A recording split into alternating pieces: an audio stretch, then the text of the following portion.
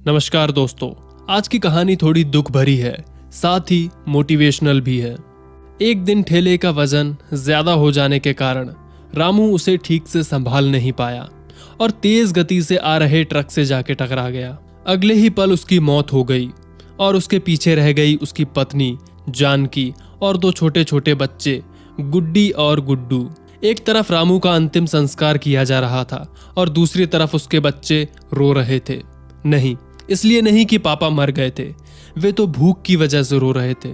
उन्होंने कई दिनों से पेट भर खाना नहीं खाया था और आज तो मुंह में एक निवाला भी नहीं गया था। माँ, कुछ दो ना माँ, बड़ी भूख लगी है, कुछ दो ना माँ।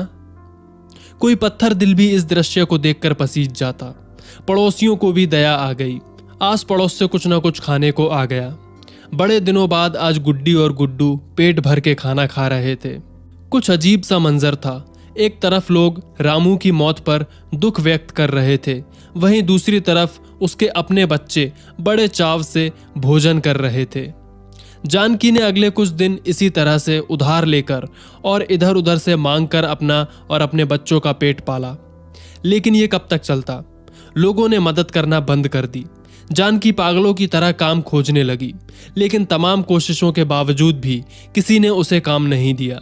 जब वह थक हार कर घर लौटी तो बच्चे उम्मीद से उसकी तरफ देखने लगे। गुड्डू तुतलाती आवाज में बोला, चल आइयो माँ, जल्दी दो ना, बड़ी भूख लगी है। माँ रो पड़ी और बच्चे समझ गए कि माँ के पास कुछ नहीं है। एक पल के लिए अजीब सा सन्नाटा पसर गया। फिर गुड्डी बोलती है, माँ, ये गुड्डू कब मरेगा? पागल हो गई है क्या? ऐसा क्यों बोल रही है?